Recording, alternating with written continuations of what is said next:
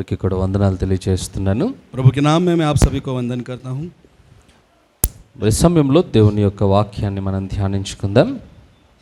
अब इस समय में हम परमेश्वर के वचनों का ध्यान करेंगे. లూకా సువార్త लूका रचित सुसमाचार 8వ అధ్యాయం 8वां अध्याय 12వ వచనం లేదా 13వ వచనం నుండి చదువుకుందాం. और उसके 13वें वचन को हम पढ़ेंगे. चट्टान पर के वे है कि जब सुनते हैं तो आनंद से वचन को ग्रहण तो करते हैं, परंतु जड़ न पकड़ने से वे थोड़ी देर तक विश्वास रखते हैं और परीक्षा के समय बहक जाते हैं. హల్లెలూయా. हालेलुया. గడిచిన వారంలో ఈ ఉపమానంలో నుండి కొన్ని విషయాలు మనం నేర్చుకున్నాం. और पिछले सप्ताह में हमने इन दृष्टांतों में से कुछ सीखा है. ఈ విత్తనాల ఉపమానంలో నుండి और बीजों के दृष्टांतों में से వాటిని విత్తుతున్నటువంటి వ్యక్తి జీవితంలో నుండి కొన్ని పాఠాలు నేర్చుకున్నాం. और जिनको बो रहा था उस व्यक्ति के जीवन से हमने कुछ सीखा. అలాగే త్రోవ పక్కన పడినటువంటి విత్తనాలు దేనికి సూచనగా ఉంటాయో కూడా నేర్చుకున్నాం. और जो मार्ग के किनारे जो बीज गिरे थे उसकी क्या सूचनाएं हमने भी आपको बताई. ఈ రోజు మిగిలిన విషయాలను గురించి మనం ధ్యానం చేద్దాం. और आज हम बाकी के विषय में ध्यान करेंगे. ఆ విత్తనాలు విత్తే వ్యక్తి విత్తనాలను విత్తుతూ ఉన్నప్పుడు और जो बीजे बो रहा था वो व्यक्ति बोते समय కొన్ని విత్తనాలు రాతి నేలను పడ్డాయట. और कुछ बीजे है वो झाड़ियों में गिरे. సో ఆ రాతి నేలను పడినటువంటి విత్తనాలను గురించి యేసుక్రీస్తు వివరిస్తూ, माफ करिए, जो चट्टान पर बीजे गिरे थे जब उसके बारे में यीशु बता रहा था, అక్కడ వారు ఎలాంటి వైఖరిని కలిగి ఉంటారో చెప్తున్నాడు. और वहां पर उनका रवैया कैसा होता है वो उन्हें बता रहे हैं. వారు వాక్యమును వినినప్పుడు చాలా సంతోషంగా వింటారట. और वो जब वचनों को सुनते हैं तो वो बहुत आनंद से उसे ग्रहण करते हैं. కానీ ఆ వాక్యము చేత వారు బలము పొందనందున, लेकिन उन वचनों के द्वारा वो ताकत नहीं पाते, इसलिए తొందరగానే వారు త్రొట్టిల్లిపోయేటువంటి అవకాశాలు ఉంటాయి. और वो तुरंत ही विश्वास से हट जाते हैं. అంటే కొన్ని విత్తనాలు ఆ రాతి నేలను పడినప్పుడు, यानी कि कुछ बीजे जो चट्टान पर गिरी थी అవి బలము పొందడానికి అవకాశం లేనటువంటి పరిస్థితులు అక్కడ ఉన్నాయి. उसे ताकत पाने के लिए कुछ परिस्थिति ऐसी नहीं थी वहां पर. సహజంగా ఒక మొక్క బ్రతకాలి అని అంటే, यानी कि साधारण रीति से जब एक पौधा अगर उसे जिंदा रहना है, దానికి ఆధారము దానికున్న వేర్లే. और उसका आधार जो होता है उसकी जड़ें.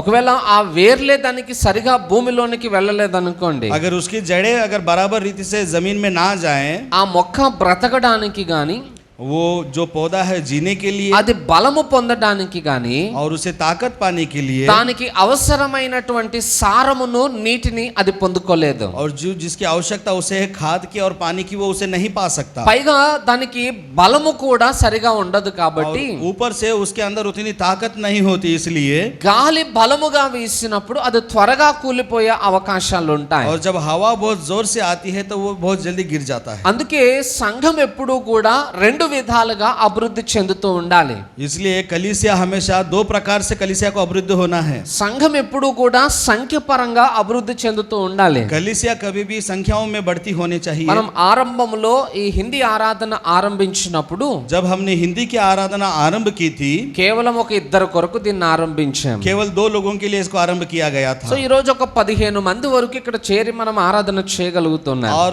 यहाँ पर हम 15 लोग तक आराधना कर रहे हैं. ఒకటేసారి జరిగిన కార్యం కాదు ఇది. ये एक ही बार ऐसा नहीं हुआ. అలా అంచెలంచెలుగా సంఖ్య పెరుగుతూ వెళ్తూ ఉంది. इसी प्रकार कदमों कदमों पर नंबर हमारी कलीसियां बढ़ती जा रही కొత్త వారు వస్తున్నారు, దేవుని వాక్యాన్ని వింటున్నారు, అభివృద్ధి చెందుతూ ఉన్నారు. नए लोग आ रहे हैं, परमेश्वर के वचन को जान रहे हैं, वो बढ़ रहे हैं. సో ఇది కూడా ఒక రకమైన అభివృద్ధి. ये भी एक प्रकार में अभिवृद्धि है. సంఘము విస్తరింపబడుతూ ఉండాలి. कलीसिया बढ़ती चाहिए. ప్రతి వారము నూతన వ్యక్తులు మందిరంలోనికి చేర్చబడుతూ ఉండాలి. हर सप्ताह नए लोग कलीसिया में जुड़ने चाहिए. నశించిపోతున్న ప్రజలు దేవుని వెలుగులోనికి నడిపించబడాలి. और जो नाश हो रहे हैं उनको परमेश्वर की रोशनी में आना चाहिए. అయితే కేవలము సంఖ్య పరంగా పెరిగినంత మాత్రాన ఒక సంఘం ఆరోగ్యంగా ఉన్నట్టు కాదు. केवल संख्या में ही बढ़ने से कलीसिया आरोग्यशाली है ऐसा नहीं होता. సంఘము ఆధ్యాత్మికంగా కూడా వర్ధిల్లుతూ ఉండాలి.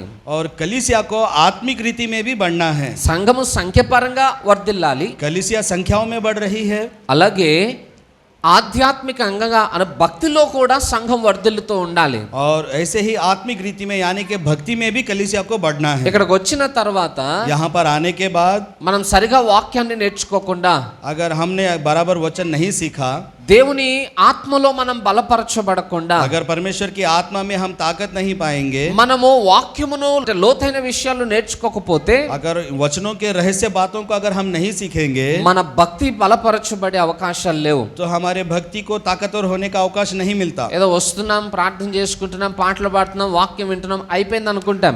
मैं आ रहा हूँ, गीत गा रहा हूँ, प्रार्थना कर रहा हूँ, बस हो गया, ऐसा सोचते हैं. అది నామకార్థమైన భక్తి. ये सिर्फ नाम की भक्ति है. అలాంటి వారు అప్పటికప్పుడే ఆనందిస్తారు కానీ దేవుని యొక్క వాక్యమునందు స్థిరంగా ఉండలేరట వాళ్ళు. ऐसे लोग उसी समय में आनंद करते हैं, लेकिन वो परमेश्वर के वचनों में स्थिर नहीं हो అయితే पाते. ప్రతి వ్యక్తి యొక్క భక్తి పరీక్షింపబడే టైం ఒకటి వస్తుంది. और हर एक व्यक्ति की भक्ति की परीक्षा आने का एक समय होता है. ఈరోజు అందరం ఇక్కడికి దేవుణ్ణి ప్రేమించామనే వచ్చాం. आज हम सभी लोग परमेश्वर से प्रेम करने के लिए ही आए हैं. కానీ ఇంతమందిలో యథార్థంగా దేవుణ్ణి ప్రేమించే వారెవరు అనే పరీక్ష ఒకటి జరుగుతుంది. लेकिन इतने सारे लोगों में यथार्थता से परमेश्वर से प्रेम करने वाला कौन है, ऐसी परीक्षा होगी. ఆ పరీక్ష మనకు ఎదురైనప్పుడు जब वो परीक्षा हमारे सामने आएगी, బాగా బలముగా ఉన్నవారు మాత్రమే దేవుని కొరకు నిలబడతారు. और जो कोई ताकतवर है वही परमेश्वर के सामने खड़ा रह पाएगा. యేసుక్రీస్తు దగ్గర 12 మంది శిష్యులు ఉన్నారు. यीशु मसीह के पास 12 शिष्य है. ఆ 12 మంది శిష్యులు యేసుక్రీస్తుతో పాటు తిరిగిన వాళ్ళే. वो 12 शिष्य यीशु मसीह के साथ फिरते थे. యేసయ్య అంటే చాలా ప్రేమ, यीशु मसीह के ऊपर उनका बहुत प्यार था. యేసయ్య మాట మీద చాలా గౌరవం, यीशु मसीह के बात का वो सम्मान करते थे. యేసయ్య ఏం చెప్పినా వాళ్ళు చేసేవాళ్ళు. यीशु मसीह जो भी कहता था वो करते थे. అందులో పేతురు అని ఒక భక్తుడు ఉంటాడు. उनमें पतरस नाम का एक भक्त था, ఆయనైతే యేసుక్రీస్తు కొరకు ప్రాణమే పెడతానని చెప్పాడు. और उसने कहा था मैं यीशु मसीह के लिए अपने प्राण दूंगा. మాటల వరకు బాగానే ఉన్నాయి, बातों तक ठीक था, కానీ ఒక రోజు రాత్రి लेकिन एक दिन रात में యేసుక్రీస్తుని బంధించడానికి కొంతమంది రోమా సైన్యం వచ్చారు. जब यीशु मसीह को बंदी बनाने के लिए रोमा के सैनिक आए थे, ప్రాణం పెడతానన్న వాళ్ళందరూ పారిపోయారు. और जिसने कहा था मैं प्राण दूंगा वो सब लोग भाग गए. ఒక్కరు కూడా యేసుక్రీస్తుతో పాటు ఉండలేకపోయారట. और एक भी व्यक्ति यीशु मसीह के साथ नहीं था. ప్రేమ లేదా? प्यार नहीं था, ఉంది, है. కానీ అది పరీక్షింపబడినప్పుడు लेकिन जब उसकी परीक्षा हुई ఆ శ్రమకు అది తట్టుకుని और నిలబడలేకపోయింది. उस कष्ट के सामने वो लोग ठहर नहीं पाए. అలాగే మన జీవితంలో కూడా उसी प्रकार हमारे जीवन में भी పైపైన భక్తిని కొనసాగించుకుంటూ వెళ్ళిపోతే సరిపోదు. ऊपर ऊपर के भक्ति को हम बढ़ाते हैं, ये बस नहीं होगा. ఒక చెట్టు యొక్క వేర్లు ఎంత లోపలికి నాటుకుని వెళ్తాయో, एक पेड़ की जो जड़ है वो जितने अंदर जाती है, ఆ చెట్టు అన్ని సమస్యలకు తట్టుకుని और वो నిలబడగలుగుతుంది. पेड़ उतने कष्ट का सामना कर सकता है. గట్టిగా గాలి వేసింది అనుకోండి, जोर से हवाएं चलेंगी, చిన్న చిన్న మొక్కలు, చిన్న చిన్న చెట్లు కూలిపోతాయి. छोटे छोटे पेड़, छोटे छोटे जो पौधे हैं गिर जाते हैं, కానీ పెద్ద పెద్ద చెట్లు స్థిరంగా నిలబడతాయి. लेकिन बड़े बड़े पेड़ वो स्थिर खड़े रहते हैं. ఈరోజు మన జీవితంలో కూడా అంతే.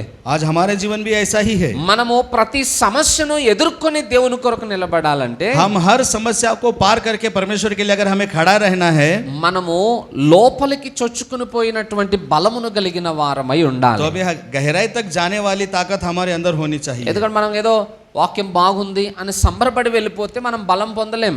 अरे आज का वचन अच्छा था, ऐसा करके हम खुश होने से हम ताकत नहीं पाएंगे. చాలా మంది వాక్యము విన్నగానే చాలా మంది పలికి మాట ఈరోజు వాక్యం చాలా బాగుంది, वचन सुनने के बाद बहुत सारे लोग कहते हैं कि आज का वचन ఈరోజు अच्छा था, అద్భుతమైన సందేశాన్ని आज విన్నాను. का अद्भुत संदेश था. సరే, మంచిదే, దేవుని మహిమ పరుస్తున్నాం. अच्छी बात है, परमेश्वर की महिमा हो. కానీ ఆ సందేశము నీ జీవితంలో ఎంత కార్యం చేసింది? लेकिन वो संदेश आपके जीवन में कितना काम करता है? ఆ వాక్యము నీవు పడిపోకుండా నిన్ను ఎంతవరకు కాపాడగలుగుతుంది? क्या वो वचन आपको गिरने से बचाता है?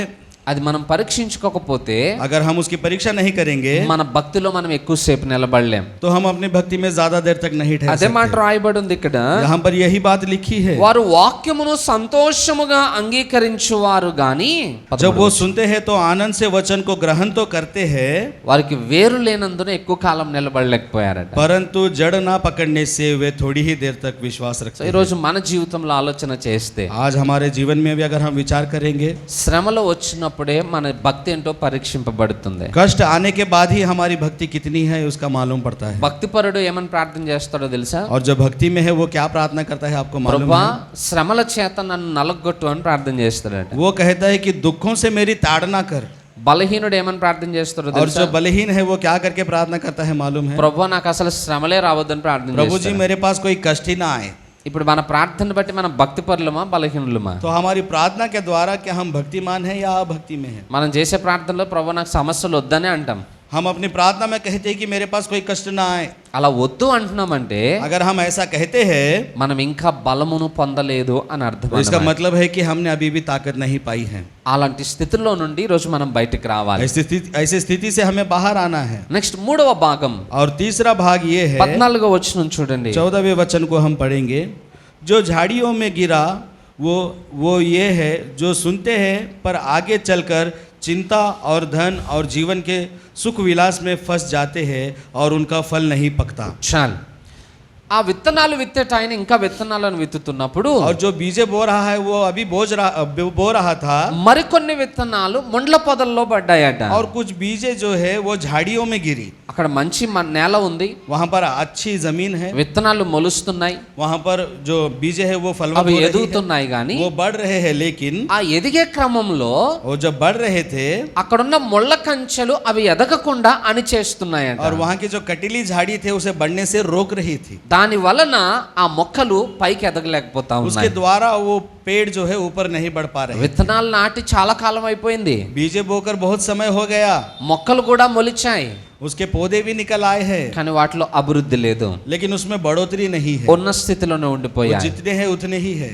చాలా మంది సంఘంలో అదే స్థితిలో ఉండిపోతారట. बहुत सारे लोग कलीसिया में ऐसे ही स्थिति में रहते हैं. వాక్యం విత్తబడినప్పుడు जब वचन उनके अंदर बोया जाता है, వాక్యం వింటారు, वचन वो सुनते हैं మొలకెలెత్తుతారు, और उनके पौधे निकलते हैं కొద్దిగా ఎదిగినట్టే చేస్తారు గాని और वो थोड़े बढ़ गए हैं ऐसा लगता है. దేవుడు ఆశించిన స్థాయికి వారు వర్ధిల్లరు. और परमेश्वर ने जिस स्थाई के लिए सोचा था उस स्थान तक वो नहीं पहुंचते. ఎందుకు వర్ధిల్లలేకపోతున్నారు? क्यों वो वहां तक नहीं पहुंचते?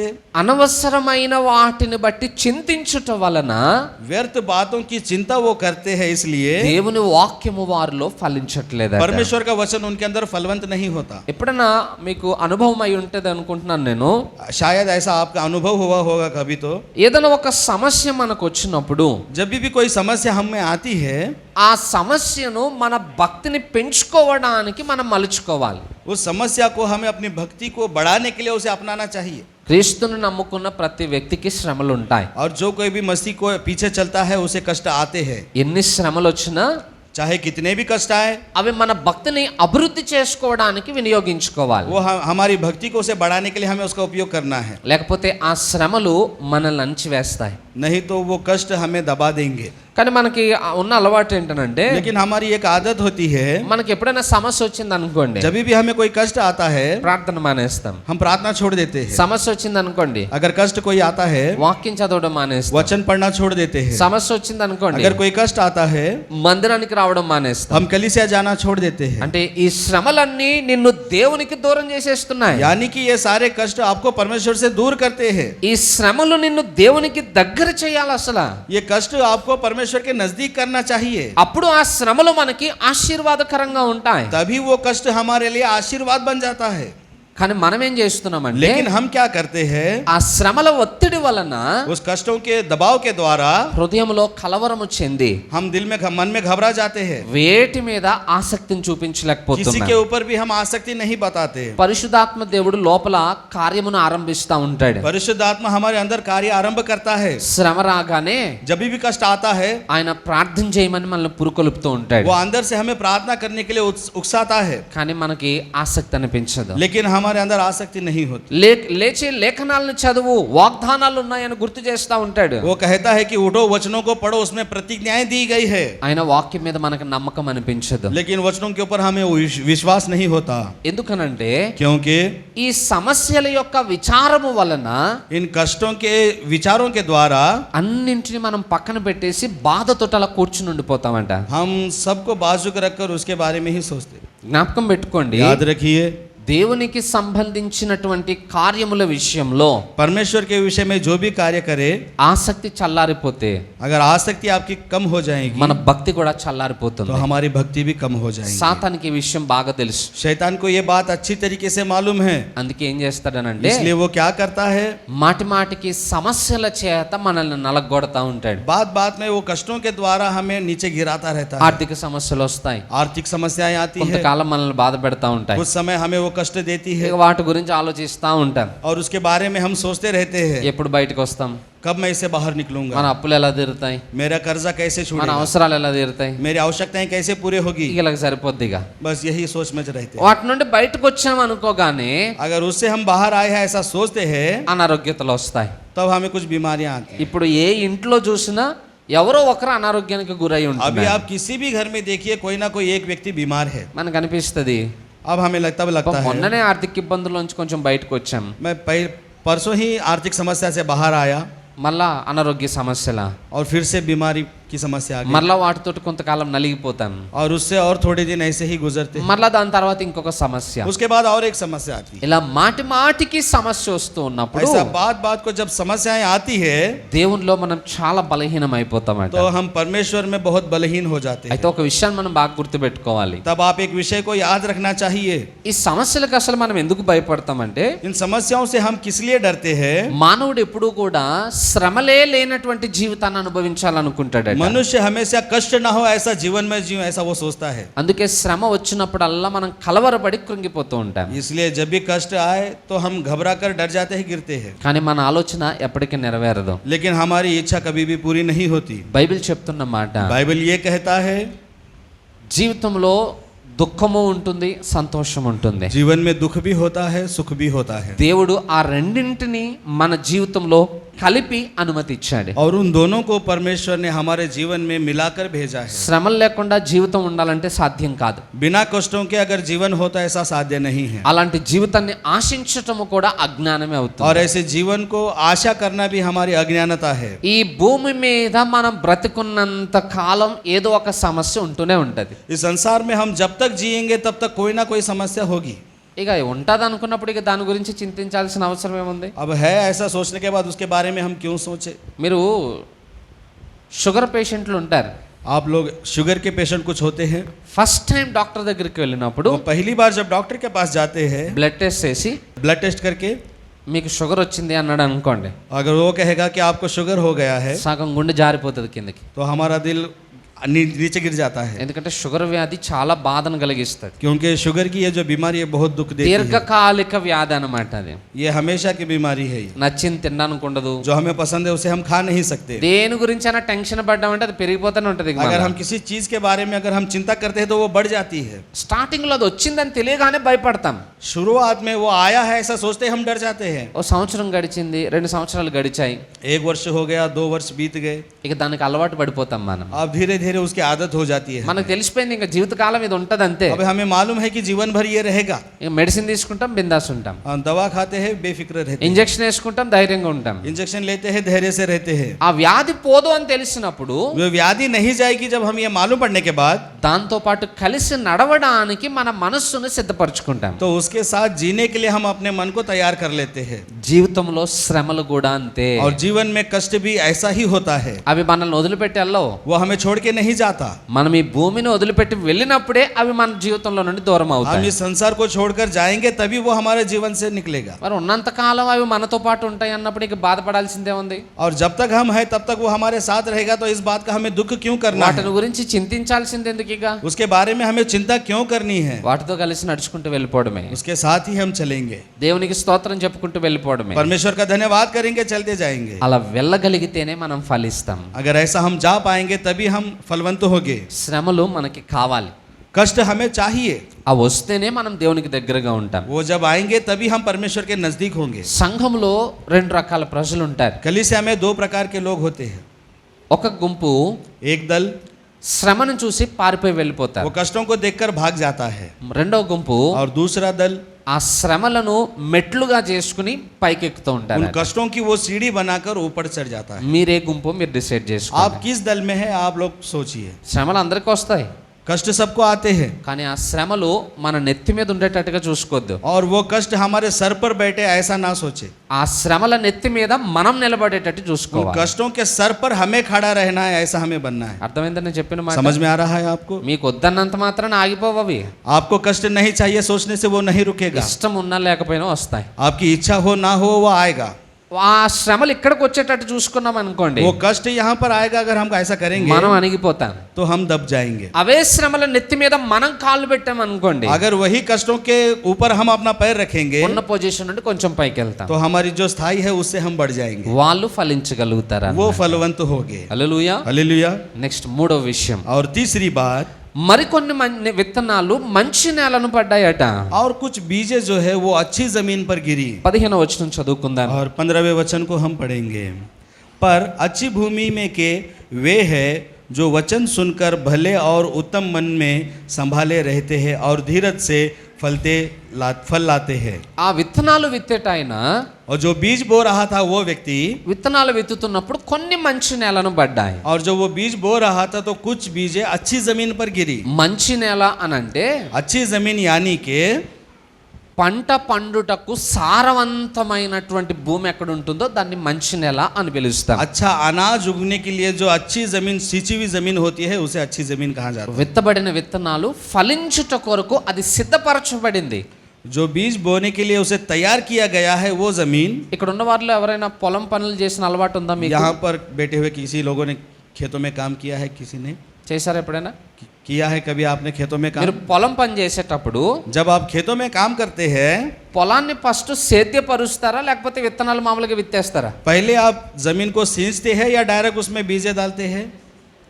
ఫస్ట్ పొలం దున్నుతాం, तो सबसे पहले जमीन को सींचा जाता है దాంట్లో దున్నిన తర్వాత నీళ్లు పెడతాం, और उसे सींचने के बाद उसमें पानी दिया जाता है అది ఫలించడానికి అవసరమైన వాటన్నిటిని దాంట్లో వేస్తాం. और वो फल उगाने के लिए तैयार हो इसलिए उसमें सब कुछ डाला जाता ఆ है తర్వాత విత్తనాలు జల్లుతాం. और उसके बाद हम बीजे डालते हैं. చెత్త చెదారంతో ఉన్న పొలంలో విత్తనాలు వేయం, जिसमें कचरा है, कूड़ा है, उसमें हम बीजे नहीं डालते, ఎందుకంటే విత్తనాలకు అందాల్సిన సారం అందదు కాబట్టి. क्योंकि जो बीजों के लिए जो आहार मिलना चाहिए वो नहीं मिल पाता. ఆధ్యాత్మికంగా కూడా అంతే. आत्मिक जीवन में भी ऐसा ही है. మనము మంచి నేలగా మొదట మన జీవితాలను సిద్ధపరచుకోవాలి. हमें अपने जीवन को अच्छी जमीन की तरह हमें सींच लेना है. ఆదివారం చర్చకు వస్తున్నాం, रविवार हम कलीसिया को आते हैं, వాక్యం వింటున్నాం, वचन सुनते हैं, వెళ్ళిపోతున్నాం. चले जाते हैं. మళ్ళా ఆదివారం వస్తాం, लेकिन फिर रविवार आते हैं, మళ్ళా వాక్యం వింటాం, फिर वचन सुनते हैं, వెళ్ళిపోతాం. फिर चले जाते हैं. సంవత్సరాలు గడిచిపోతాయి, మీరు వస్తారు వెళ్తారు వస్తారు వెళ్తారు వస్తారు వెళ్తారు అయిపోయి. ऐसे वर्ष बीत जाएंगे, आप आओगे जाओगे आओगे जाओगे आओगे जाओगे. వెనకకి తిరిగి చూసుకుంటే जब हम पीछे मुड़कर देखेंगे రిజల్ట్ ఏంటి? तो उसका परिणाम क्या होगा? ఎంత ఫలించాం? कितना फलवंत हुए? శూన్యం. शून्य. ఎందుకు శూన్యం అవుతుంది? क्यों शून्य मिला? వచ్చేటప్పుడు जब आते हैं మీరు సిద్ధపడి వస్తున్నారు, आप तैयार होकर आते हैं, మంచి బట్టలు వేసుకుంటున్నారు, अच्छे कपड़े पहनते हैं, మంచి తల దూకుంటున్నారు, अच्छे से बाल बनाते हैं, పౌడర్ కొట్టుకుంటున్నారు, पाउडर लगाते हैं, నీట్ గా రెడీ అయ్యి వస్తున్నారు. नीट तैयार होकर आते हैं. మంచిదే, अच्छी बात है. దేవుని మందిరానికి వెళ్తున్నప్పుడు मंदिर को जा रहे हैं परमेश्वर నీట్ के, గా వెళ్ళాలి. अच्छे जाना चाहिए. కానీ వాక్యం ఎక్కడ విత్తబడుతుంది? लेकिन वचन कहाँ पर बोया जाता है? హృదయంలో. हमारे मन में. మరి ఈ హృదయాన్ని ఎవరు సిద్ధపరుస్తారు? ఇప్పుడు हमारे मन को कौन तैयार करेगा? మీరు సిద్ధంగా ఉండి వస్తున్నారు, आप तैयार होकर आते हैं, మరి హృదయాన్ని ఎవరు సిద్ధపరచాలా? हमारे मन को कौन तैयार करेगा? మనం రెడీ కాకపోయినా ఇక్కడ చూసేది ఎవ్వరు లేరు, हम अगर तैयार नहीं होंगे तो यहाँ पर देखने वाला कोई దాంతో వచ్చే లాభం కూడా లేదు. नहीं, और उससे आने वाला लाभ भी नहीं है. వాక్యము మన జీవితంలో ఫలించాలి అని అంటే अगर वचनों को हमारे अंदर फलवंत होना है హృదయము సిద్ధపడి ఉండాలి. तो हमारा मन तैयार होना चाहिए. వారమంతా లోకంలో బ్రతుకుతున్నాం, पूरा सप्ताह हम संसार में जीते हैं, అనవసరమైన చెత్తా చెదారం అంతా లోపల దూరేస్తుంది. व्यर्थ के सारे कचरा कूड़ा हमारे मन में बस जाता है. ఆదివారం మందిరానికి వచ్చే ముందు और रविवार मंदिर को आने से पहले ప్రార్థనలో మోకాళ్ళు వేసి प्रार्थना में घुटने टेक कर హృదయాన్ని సిద్ధపరచుకోవాలి. हमें अपने मन को तैयार करना है. ప్రభా, నా హృదయంలో ఈ లోపాలు ఉన్నాయి, प्रभु मेरे मन में ये खामियां हैं, నాలో ఈ పాపము ఆవరించుంది, मेरे अंदर ये पाप बसा हुआ है. అలాంటి వాటన్నిటి తీసి బయటపడేసి उन सबको निकाल के बाहर फेंक दो. హృదయాన్ని శుద్ధి చేసుకుని मेरे मन को साफ कर दो సిద్ధపరచుకుని और तैयार करके అప్పుడు దేవుని మందిరానికి రావాలి. तब हमें कलीसिया में आना है. సిద్ధపరచబడిన నేలను విత్తిన విత్తనములన్నీ ఫలిస్తాయి. और जो सींची हुई मन में जो बीज डालेंगे वो फलवंत होंगे सभी. మనం ఫలించకపోవడానికి గల కారణం ఏంటో తెలుసా? और हम फलवंत हो इसका कारण क्या है मालूम है? లోపం విత్తనాలది కాదు, మనము కలిగి ఉన్న నేలది లోపం. गलती संसार की नहीं, हमारी गलती है, हमारी जमीन की गलती है। హృదయాన్ని సిద్ధపరచుకోవట్లేదు, हम अपने मन को तैयार नहीं మరి रखते, వాక్యం ఎలా ఫలిస్తుంది? तो वचन कैसे फलवंत होगा? అందుకే ఇంటి దగ్గర వచ్చేటప్పుడే దాన్ని సిద్ధపరచుకుని రావాలి. इसलिए घर से जब हम आते हैं तभी इसे तैयार करके आना है। దేవుని ఆశ ఏంటనంటే परमेश्वर की यह आशा होती है, ప్రతి విశ్వాసి हर विश्वासी ఫలించేవారిగా ఉండాలి, वो फलवंत हो, ఖాళీ పాత్రగా ఉండొద్దు, वो खाली पात्र के समान ना हो, వచ్చి వెళ్ళిపోయేవారుగా ఉండొద్దు. वो केवल आकर जाने वाला ना हो, దేవుని మహిమ కొరకు మనం वो ఉపయోగపడాలి. परमेश्वर की महिमा के लिए हमें उपयोग होना है, అది దేవుడు మన నుండి ఆశిస్తున్నది. और वो परमेश्वर हमसे ये आशा रखता है। ఒక మాట మనం చదువుకుందాం. एक बात हम पढ़ेंगे, యోహాను సువార్త 15వ అధ్యాయం 16వ వచనం. 16वें वचन को हम पढ़ेंगे, 15 अध्याय 16वें वचन को।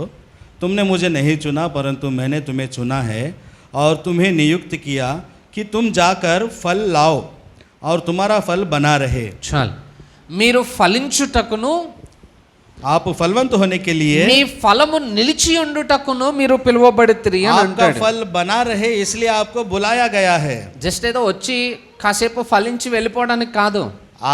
आप आते हैं ऐसे फलते हैं चले जाते हैं इसलिए नहीं। మందిరానికి వచ్చిన ప్రతి వ్యక్తి ఫలించాలి. मंदिर में आने वाला हर एक व्यक्ति फलवंत हो, ఫలించిన ప్రతి వ్యక్తి ఆ ఫలములో నిలిచి ఉండాలి. और जो व्यक्ति फलवंत हुआ है उसका फल बना रहे। ఒకసారి ఫలించాం ఇంక అయిపోయింది జీవితంలో సరిపోద్ది అనకూడదు. एक बार मेरा फल मैं फल चुका हूँ बस इतना काफी, ऐसा नहीं है। ఆ ఫలము ఎప్పటికీ నిలిచి ఉండునట్లుగా చూసుకోవాలి. और हमारा फल हमेशा ऐसा ही बना रहना चाहिए। దేవుడు అందుకొరకు మనల్ని నియమించుకున్నాడు. परमेश्वर ने इसलिए हमें बुलाया है। సరే, ఇక ఆ మంచి నేలను పడిన వారు ఎలా ఫలించారో కూడా రాయబడి ఉంది. और अच्छी बात है, और जो अच्छी भूमि पर गिरे थे वो कैसे फलवंत हुए ये भी लिखा है। మత్తయి సువార్త मत्ती रचित सुसमाचार 13వ అధ్యాయం इसका 13वां अध्याय 23వ वचనం. और इसके 23वें वचन को हम पढ़ेंगे। जो अच्छी भूमि में बोया गया ये वो है जो वचन को सुनकर समझता है और फल लाता है, कोई 100 गुना, कोई 60 गुना और कोई 30 गुना। చాలు, ఇక్కడ ఉన్నదంతా ఒకే రకమైన నేల కదా, यहाँ पर हम सभी लोग एक समान भूमि है, అంత మంచి నేలే. सभी सींची हुई भूमि है। అంత మంచి నేల అయినప్పుడు విత్తనాలన్నీ ఒకే రీతిలో ఫలించాలి. सभी सींची हुई भूमि है इसलिए सारे बीज एक समान उगने चाहिए। ఓ ప్రశ్న అడుగుతాను. मैं आपसे एक सवाल पूछता हूँ, నేను ప్రతి వారం చెప్పే వాక్యం మీరందరూ ఒకేసారి వింటున్నారు కదా, मैं हर सप्ताह आपको वचन सुनाता हूँ, आप सब लोग एक साथ सुनते हैं ना? అందరికి ఒకటే రకం వాక్యం, सभी को एक ही समान वचन मिलता है। మీకైనా అందరికి ఒకసారి. आपको हो सभी को एक साथ सुनाया जाता है। ఇక్కడ ఉన్న మీ అందరి భక్తి ఒకేలాగా ఉందా, వేరు వేరుగా ఉందా? क्या यहाँ पर बैठे हुए आप सभी लोगों की भक्ति एक समान है या अलग अलग है? ఒకలానే ఉందా? एक जैसी है? ఒకటే టైప్లో ఉన్నారు అందరూ? क्या एक ही समान है आप सभी लोग? ఒకలానే ఉన్నారు? లేరు. एक जैसे नहीं है। ఉంటే ఇంకెందుకు చెప్పుకోవడం? अगर रहोगे तो क्यों बताओगे? ఒకటే సేవకుడు ఉన్నాడు మీకు, आपका एक ही सेवक है, ఒకటే చర్చ్ లాగున్నాం, एक ही चर्च में हम है, ఒకటే వాక్యం ప్రకటింపబడుతుంది, एक ही वचन आपको सुनाया जाता है, ఫలం మాత్రం ఒకటేలా లేదు. लेकिन फल एक समान नहीं है। కొంతమంది 100 అంతలు ఫలిస్తా ఉన్నారు, कुछ लोग 100 गुना फलते हैं, మరి కొంతమంది 60 అంతలు ఫలిస్తా कुछ ఉన్నారు, लोग 60 गुना फलते हैं, మరి కొంతమంది 30 అంతలు ఫలిస్తా और ఉన్నారు. कुछ लोग 30 गुना फलते हैं। నేల ఒకటే, जमीन एक है, విత్తనాలు ఒకటే, वो बीज भी एक है, ఫలమే వేరే వేరేగా కనబడతా लेकिन ఉంది. फल ही अलग अलग दिखते हैं। ఎందుకు ఆ వ్యత్యాసం? क्यों ये अलग अलग हमें दिखते हैं? ఇక్కడ 3 విషయాలు మనం यहाँ గుర్తుపెట్టుకోవాలి. पर 3 बातें हमें याद रखनी है। మళ్ళీ లోకా సువార్తకు వద్దాం. आइए फिर से हम लूका रचित सुसमाचार में जाएंगे। 8వ అధ్యాయం इसका 8वां अध्याय 15వ వచనం. 15वें वचन में हम जाएंगे।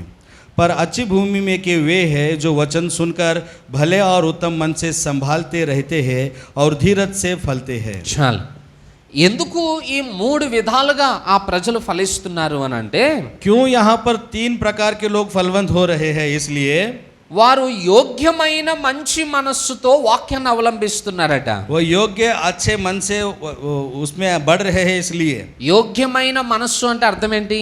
योग्य हो उसका मन, इसका मतलब क्या है? ఒక చోట మనం వాక్యాన్ని ప్రకటిస్తున్నప్పుడు एक जगह जब हम वचन को सुना रहे थे, అందరూ వాక్యం వినే వాళ్ళు ఉండరు.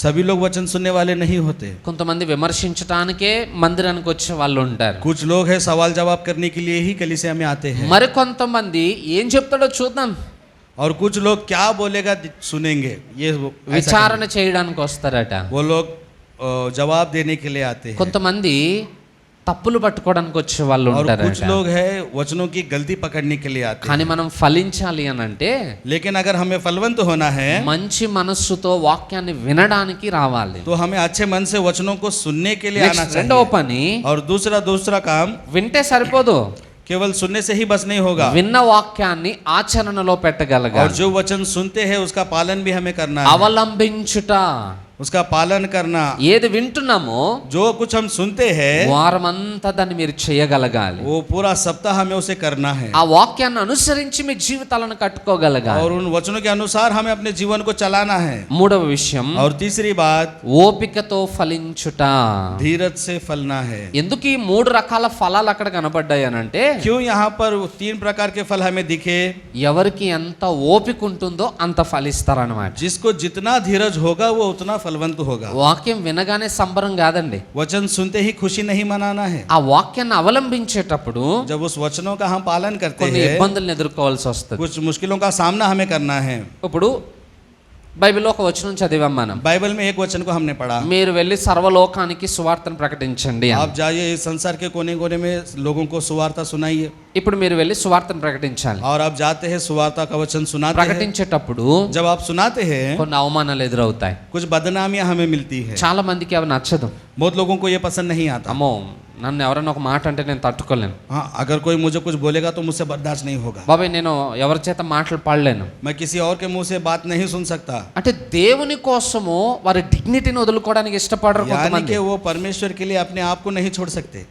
దేవుని కొరకు అవమానములను భరించడానికి ఇష్టపడరు वो కొంతమంది. परमेश्वर के लिए बदनामियों को नहीं सह पाते कुछ लोग। అలాంటి వాళ్ళు మధ్యలోనే వచ్చేస్తారు. वो लोग बीच में ही वापस आ जाते हैं। కొంచెమే చేస్తారు, వాళ్ళు లాస్ట్ వరకు నిలబడలేరు. वो थोड़ा ही करते हैं, वो आखिर तक नहीं बने रहते। అలాంటి వాళ్ళు ఎక్కువగా ఫలించలేరు. और ऐसे लोग बहुत ज्यादा फलवंत नहीं हो पाते। మరికొన్నిసార్లు और कुछ बार దేవుని వాక్యాన్ని అనుసరించేటప్పుడు जब वचनों का हम पालन करते हैं కొన్ని ఇబ్బందులను ఎదుర్కోవాల్సి तो వస్తది. कुछ मुश्किलों का सामना हमें करना पड़ता है। వాక్యం ఎప్పుడు కత్తిలాగానే పనిచేస్తుంది, वचन हमेशा तलवार के समान काम करता है, దూదిలాగా కాదు. वो रुई के समान काम नहीं करता। అర్థమవుతుందా? आपको समझ में आ रहा है? కత్తే కట్ तलवार వేయడమేగా. काटना है, అలా కట్ చేసేటప్పుడు గాయం కలుగుతుంది. जब वो काटता है तो हमें जख्म मिलता है। చాలా మందికి అది నచ్చదు. बहुत लोगों को वो पसंद नहीं आता, మనకి ఎలా అంటే దేవుడు ఎప్పుడు ఇలాగే అనాలి, और हम सोचते कि परमेश्वर हमेशा ऐसा ही करे। అలా అంటే మనకు నచ్చుద్ది. ऐसा करे तो हमें पसंद आएगा। దేవుడు చెయ్యెత్తాడు అనుకోండి, अगर परमेश्वर हाथ उठाएगा మనకు నచ్చదు. वो हमें पसंद नहीं आता। అలాంటి కొన్ని ఇబ్బందులు మనకు ఎదురైనప్పుడు और ऐसे जब कुछ मुश्किलें हमारे सामने आती है కొంతమంది దేవుని వదిలిపెట్టి వెళ్ళిపోతారు. और कुछ लोग परमेश्वर को छोड़ देते हैं, వాళ్ళ ఫలం ఒక స్థాయిలో ఉంటుంది. उनका फल एक स्थाई पर ही रहता है। మరి కొంతమంది और कुछ लोग होते हैं ఓపికతో ఫలిస్తారట. वो धीरज से फलवंत होते हैं। ఎన్ని అవమానాలు ఎదురైనా, कितने भी बदनामियां उनको ఎన్ని मिले, నష్టాలు జరిగినా, कितना भी नुकसान उनका हो, వేటిని వదులుకోవాల్సి వచ్చినా चाहे किसी को भी उसे छोड़ना पड़े, వారు మాత్రం వాక్యాన్ని విడిచిపెట్టరు. वो वचनों को नहीं छोड़ता। అలాంటి వారు ऐसा व्यक्ति నూరంతలుగా वो ఫలిస్తారన్నమాట. 100 गुना फल लाता है। నేల ఒకటే, जमीन एक है, విత్తనము ఒకటే, बीज एक ही है, కానీ ఫలించేవారు మాత్రమే విభిన్నమైన స్థితిగతుల్లో लेकिन ఉన్నారు. जिसे फलवंत होना है वो विभिन्न प्रकार से फलवंत होता है। ఇప్పుడు మిమ్మల్ని అడుగుతున్నాను, मैं अभी आपसे पूछता हूँ, 30 అంతలు ఉంది, 30 गुना है, 60 అంతలు ఉంది, 60 गुना है, 100 అంతలు ఉంది. 100 गुना है, మీకు ఏ ఫలం కావాలి? आपको कौन सा फल चाहिए? హల్లెలూయా. हालेलुया। 100 అంతలు కావాలి, 100 गुना चाहिए, 30 అంతలు వద్దా? 30 गुना नहीं चाहिए? అది కూడా ఫలమేగా. वो भी फल है ना। 60 అంతలు ఉందిగా, 60 गुना भी है ना। మాకు అలా కాదు, नहीं, हमको ऐसा नहीं ఎక్కువ चाहिए। కావాలి, हमको ज्यादा चाहिए, ఎక్కువ కావాలి, ज्यादा चाहिए, దొరికిందంతా కావాలి. जितना मिले उतना चाहिए। ఆశ పెద్దదే, आशा बड़ी है, పేకే సన్నం. गला छोटा है। అక్కడ సమస్య ఏర్పడుతుంది అన్నమాట. यहाँ पर समस्या आई है। ఆశ ఒక్కటే ఉంటే సరిపోదు, आशा एक ही है, इतना बस नहीं, काफी नहीं है। ఆ ఆశను తీర్చుకోవడానికి కావలసిన ఓపిక కూడా కావాలి. और उन आशाओं को पूरा करने का धीरज भी हमारे अंदर होना चाहिए। ఉందా? ఓపిక ఉందా? क्या आपके पास धीरज है? ఓపిక ఉంటేనే ఫలం దొరుకుతుంది. धीरज है तो ही आप फलवंत बनोगे। విత్తనాలు వేయగానే కొడవలు పట్టుకుని కూర్చుంటానంటే పంట చేతికి రాదు. और जैसे ही बीज बोएंगे उसे काटने के लिए तैयार होगे तो बीज फल नहीं आएगा, టైం పడుతుంది, उसके लिए समय लगता है, వెయిట్ చేయాలి. इंतजार करना पड़ेगा। కొంతకాలం ఓపికతో ఉన్న తర్వాత మనం పంటను కూర్చుకుంటాం. कुछ समय धीरज से बैठने के बाद तब हम अनाज को काट पाएंगे। ఆ ఓపిక మనకు లేదు, वो धीरज हमारे पास नहीं है, అందుకే ఫలం లేకపోతుంది. इसलिए फल नहीं ला पा रहे। ఈరోజు ఓపికను మనం तो సంపాదించుకుందాం. आज हमें धीरज को पाना है। ఎప్పుడైతే ఓపికతో ఫలించటం నేర్చుకుంటామో, जब हम धीरज से फलवंत होना सीखेंगे, ఆ ఫలము నిలిచి ఉండడానికి అవకాశాలు ఉంటాయి. वो फल बना रहे ऐसा अवकाश होता है। హల్లెలూయా. हालेलुया। 4 స్థలాల్లో విత్తబడ్డాయి విత్తనాలు. 4 जगहों पर बीज बोए गए थे, ఒకటి త్రోవ పక్కన, एक मार्ग के किनारे రాతి నేల మీద, और एक चट्टान पर ముండ్ల పొదల్లో, और एक झाड़ियों में మంచి నేల మీద. और एक अच्छी जमीन पर। 4 స్థలాలు 4 విభిన్నమైన గుంపులకు సూచనగా ఉన్నాయి. 4 जगह 4 अलग अलग दलों के बारे में विचार बताती है, కానీ వాటన్నింటిలో మనకు నచ్చేది మంచి నేల ఒకటే. और उन सभी में हमें जो पसंद आता है वो है अच्छी सींची हुई ఎందుకంటే भूमि, ఫలం అక్కడ ఒక్క చోటే వచ్చింది क्योंकि కాబట్టి. फल वहां पर एक ही जगह पर आता है। ఇప్పుడు మనం ఆ మంచి నేలలో లేము ఇంకా. और अभी भी हम उस अच्छी जमीन में नहीं है। కొంతమంది రాతి నేల మీద ఉన్నారు, कुछ लोग चट्टान पर है, కొంతమంది త్రోవ పక్కన ఉన్నారు, कुछ लोग मार्ग के किनारे है, కొంతమంది ముండ్ల పొదల్లో ఉన్నారు. और कुछ लोग काटियों के झाड़ों में है। అందరం కలిసి ఇప్పుడు ఆ మంచి నేలలోకి వద్దాం.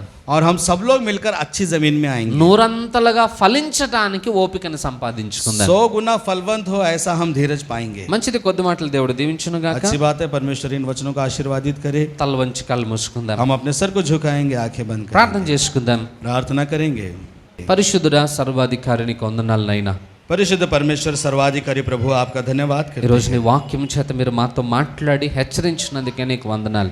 आज आपके वचनों के द्वारा आपने हमसे बात करके हमें चेतावनी दी, धन्यवाद करते हैं। ప్రభు, మేము మంచి నేలను ఫలించిన విత్తనం వలె ఉండాలని प्रभु ఆశిస్తున్నాం. जी, हम अच्छी जमीन जो फलवंत होती है वैसा बनने के लिए हम प्रार्थना करें। అందుకొరకు మమ్మల్ని సిద్ధపరచండి నాయన. उसके लिए हमें तैयार करें।